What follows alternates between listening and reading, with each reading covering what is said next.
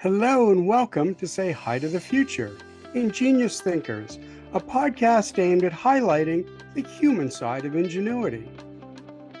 Peter, you are the president and founder of the Creative Guide, a platform that helps professionals and entrepreneurs unleash the full power of their creativity and move beyond their goals. And you come to us today, I believe, from New York City, especially. I know you've got a background in network TV and theater and whatnot, but I believe you're coming to us from New York. And when you talked about 6 degrees of separation and the playwright, I said, yeah, you've got to be in that vicinity. Yes. Either New York or London. New York City, Washington Heights, New York City, still on the island at the top of Manhattan. So Very cool. So first of all, we're going to talk a bit about creativity. But what is it? that is a good question. I think on its simplest level, to me, it's curiosity. And I think looking always through the question of what's possible and wondering, how things work. How do you make something? And I think, I encounter many people who say, I'm not creative or I was never creative. And I just, as a rule, I reject that out of hand. I don't believe that about anyone. But I think we have a lot of cultural ideas about what creativity is and what it means. And they're just simply ideas and stereotypes. But everybody's curious, and everybody's curious about something that lights them up, whether that's making a painting or collecting Matchbox cars or building a business or gardening. It comes out of us in every form. And I think much of creativity is mysterious. I think how it works with us is mysterious, but a lot of it's not. And I'm all in favor of sort of dispelling a lot of needless mystery. Right. And keeping it, very simple, which is just that curiosity, how things I happen. know, I love that. I love that it's about curiosity and the possible. And I also like that you dismiss the fact that some people believe they aren't creative. And I say that because, and it drives my partners and students and everybody nuts. I always start my innovation classes by talking about 30 plus years in entrepreneurship and whatnot, and saying, and the good news is I've never had a creative thought in my life. Mm-hmm. Here's what I mean though. My best tools are my eyes, my ears, and my feet. Right. When I go to New York, I don't take the subway. I walk 50 blocks. What are people doing? How are they dressing? What do the stores look like? New materials, where do they come from? How do you get them here? To your point, curiosity. But for me, at least, I try and take the mystery out of creativity by just saying, you've got the tools and they're very real. If you look and you see and you walk and you just write down, people will tell you by what you see. It's true. And I understand that creativity is very much part of that, or synthesizing. But how do you break down creativity to simplicity, or simplify it for people that go, ooh, that's a little off, I went to business school. Well, it's funny. I mean, I actually had the very first year I was teaching at ISM was my introductory class, and I had the students. We made this giant mural in class. It had a 12-foot long piece of paper, crayons, markers. These are MBA students. They were all on the floor coloring. Who doesn't like to color? Coloring is fun, right? And from there, I sort of got into the lecture, and the lecture was talking about sort of anthropology and religion and a couple other things. And in the middle of it, one of my students raised her hand, and she was very respectful. But she said, she's like, I have to stop you. Why are we doing any of this? We're business students. And I was like, what's your point? Like, you still have to think, right? And you still have to be creative and understand where things come from, because most of them were marketing students, and in its simplest form, marketing is telling a story, right? Mhm. And stories are the central things that human beings do. And if you don't know how stories work, or where stories come from, or how one culture tells a story versus another culture, what stories you participate in your culture.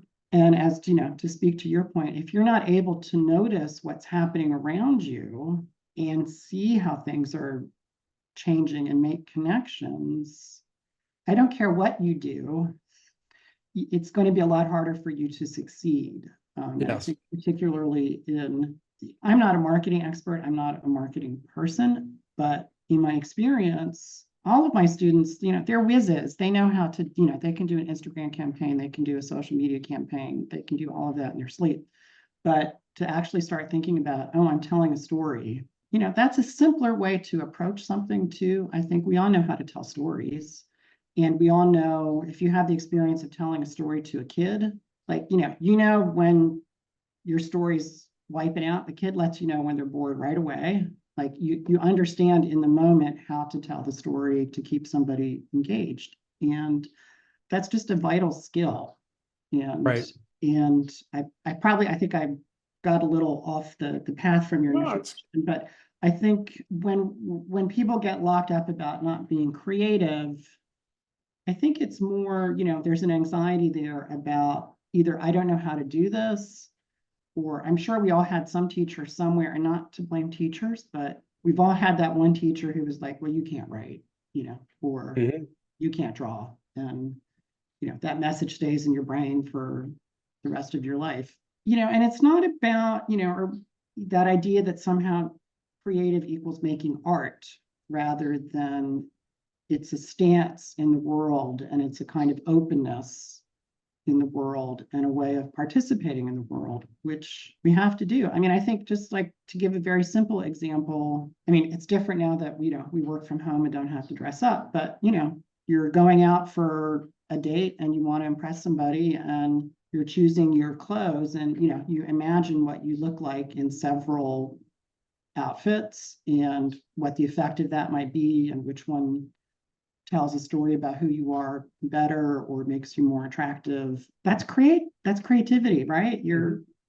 looking at things and Yeah. making connections and imagining an outcome and telling a story. So, we Well, just and I think when I mean, storytelling, and I know this is, one of the arts you're great at, or you speak to.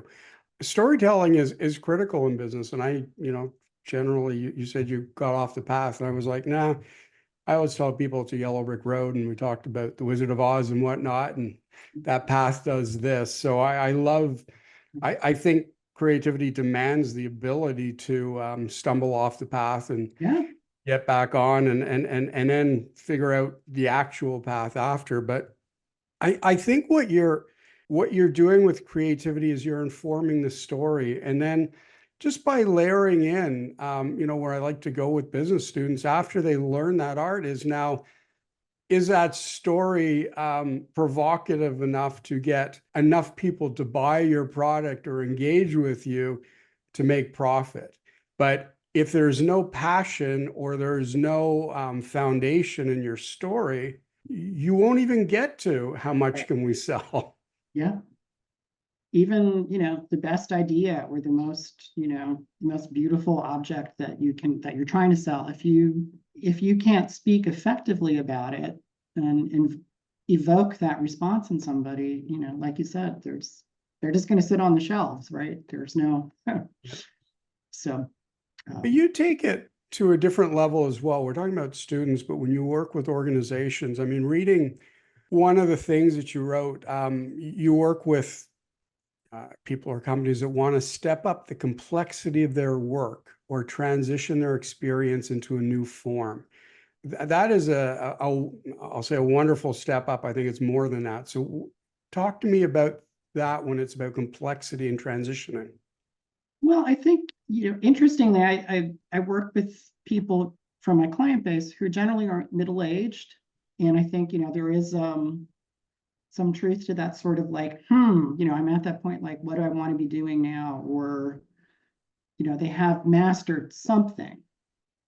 And Mhm. many of those clients want to take that mastery and turn it into something else. And what they may not be sure of is the process of how do I get from here to there. And what I try to do is get them through that process, guide them through it. And because it's not a question of lack of skill, they have an experience, they have the experience, they have the knowledge. It's just maybe that the form they want to put it in is unfamiliar to them. But what usually happens is we find a way that the new form, whatever that is, often functions in the same way as the thing that they've mastered. So it's just a question of saying, like, you know how to do it this one way. So let's just apply those skills to this other thing.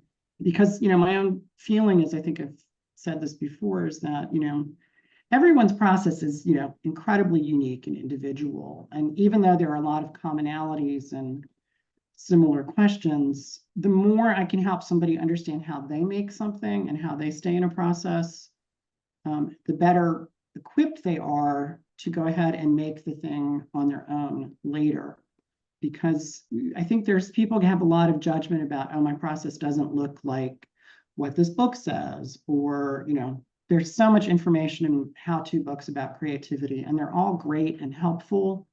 But I think nobody's experience ever sort of perfectly syncs up with that.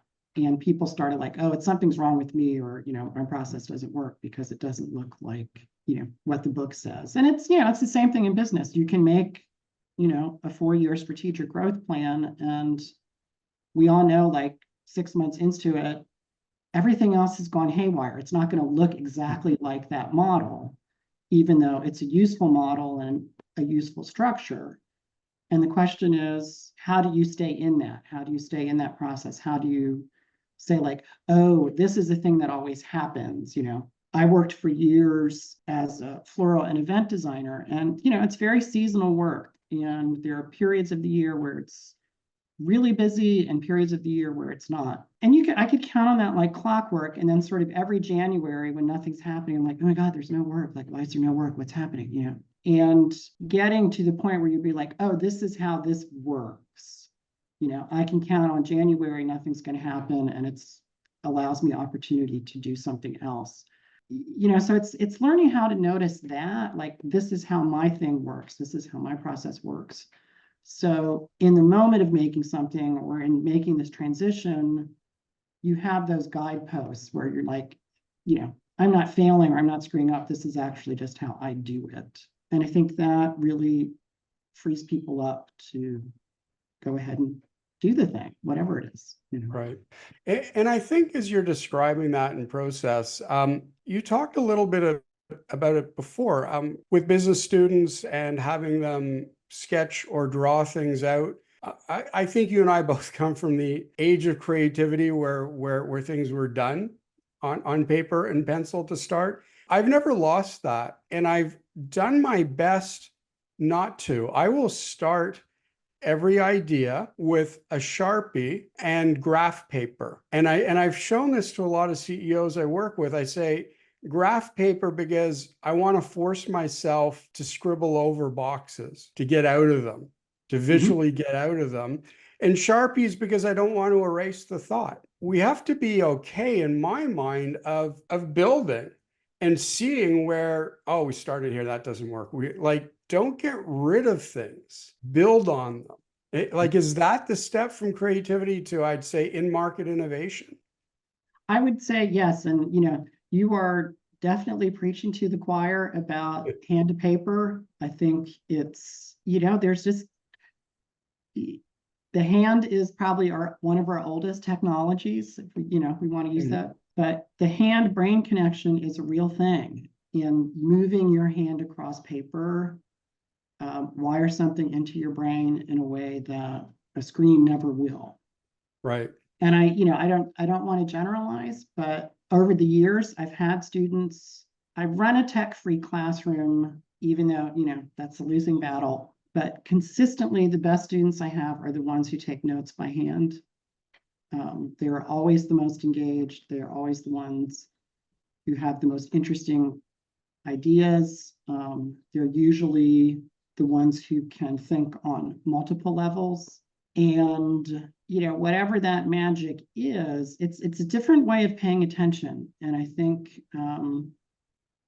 it's, the key to unlocking. I mean, even, I was one of those kids who always doodled in my notebooks while I was listening and in class. And, studies prove that actually means you're listening on a deeper level. It's it's a way of keeping your brain activated. I've got nothing against digital tools. I use them and I'm very grateful for them, but sometimes old school still is the best school. And you're right, it's good to have, you can't hit the delete key. I have notebooks of thoughts and ideas that, maybe I don't use all of them, but I like knowing I can go back and they're there. I have that resource, and it helps get me back in that space of whatever that initial idea was, where I'm like, oh yeah, that was the thing that was, got me interested. And it's, it's cheap. It's an inexpensive tool. It's not, you could always have a pencil and a piece of paper, a pen and a piece of paper. You don't need, to spend a gazillion dollars on the latest gadget. Yeah.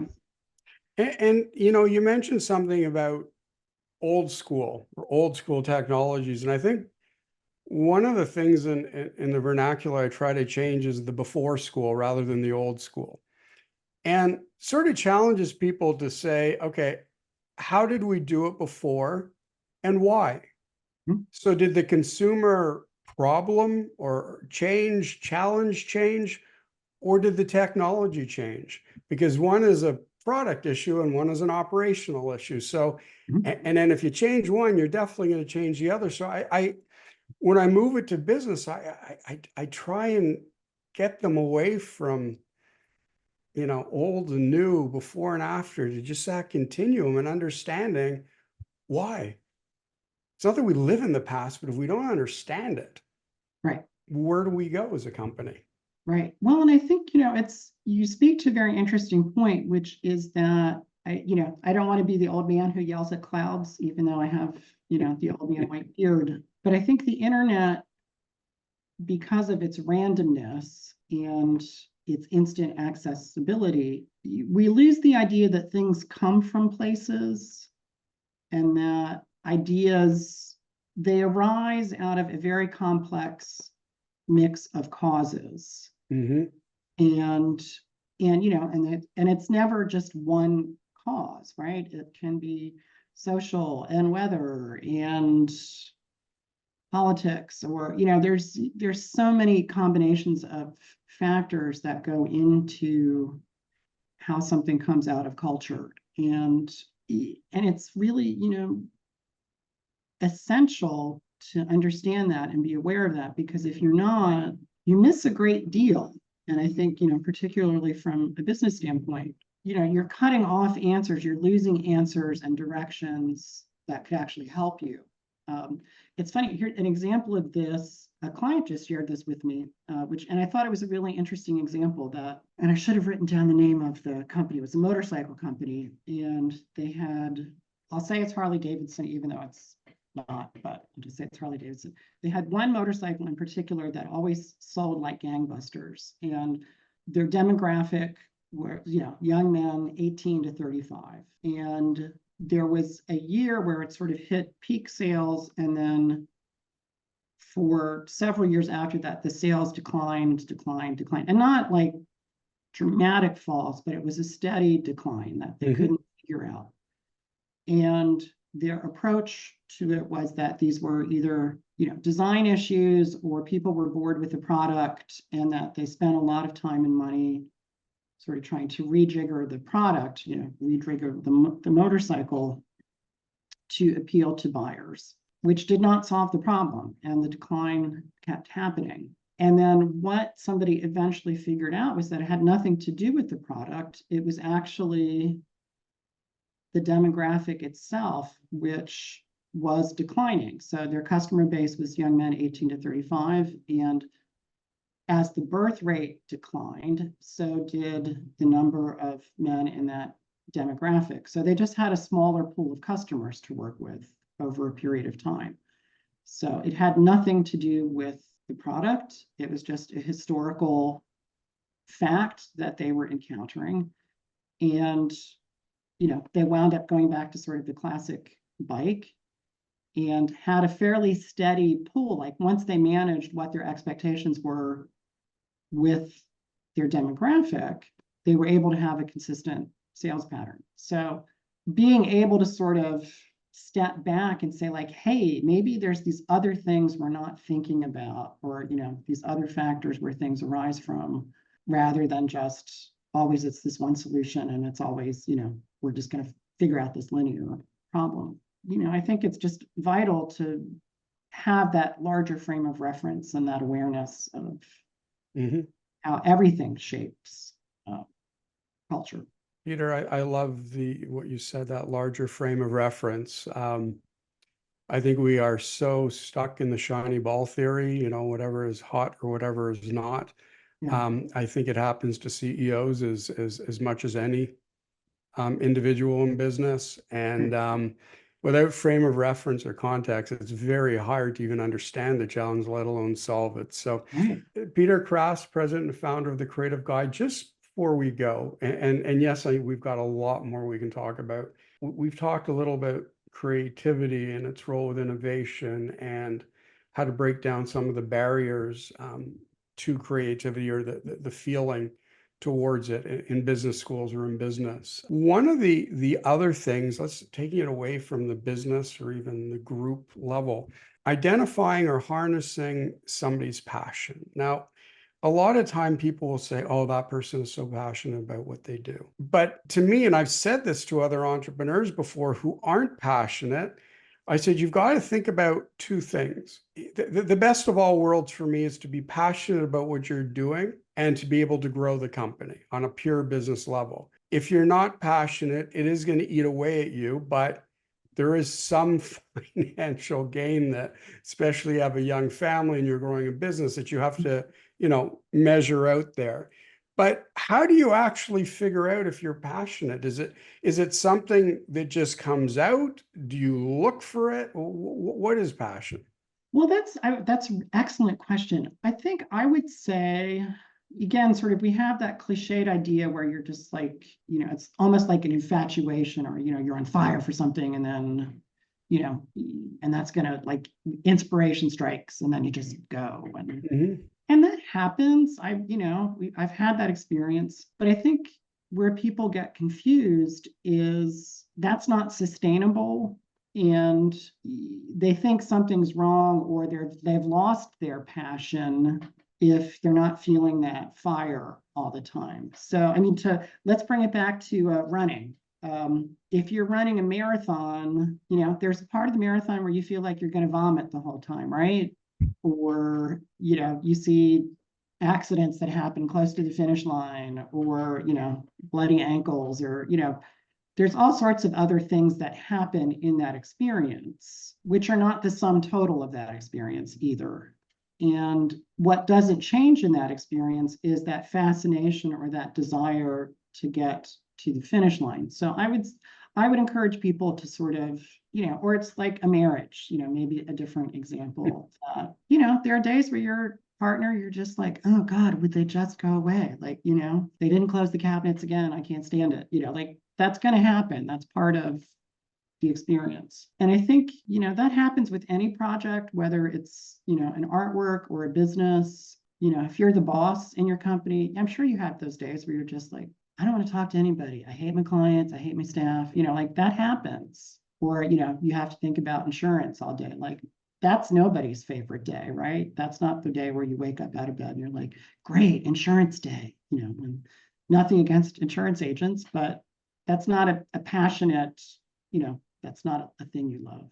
I think for me, I would look at, is it something you're still fascinated about and you're still curious about, to bring it back to that? And what is your reason to? Because I think if you don't have, building a business is hard. It takes time.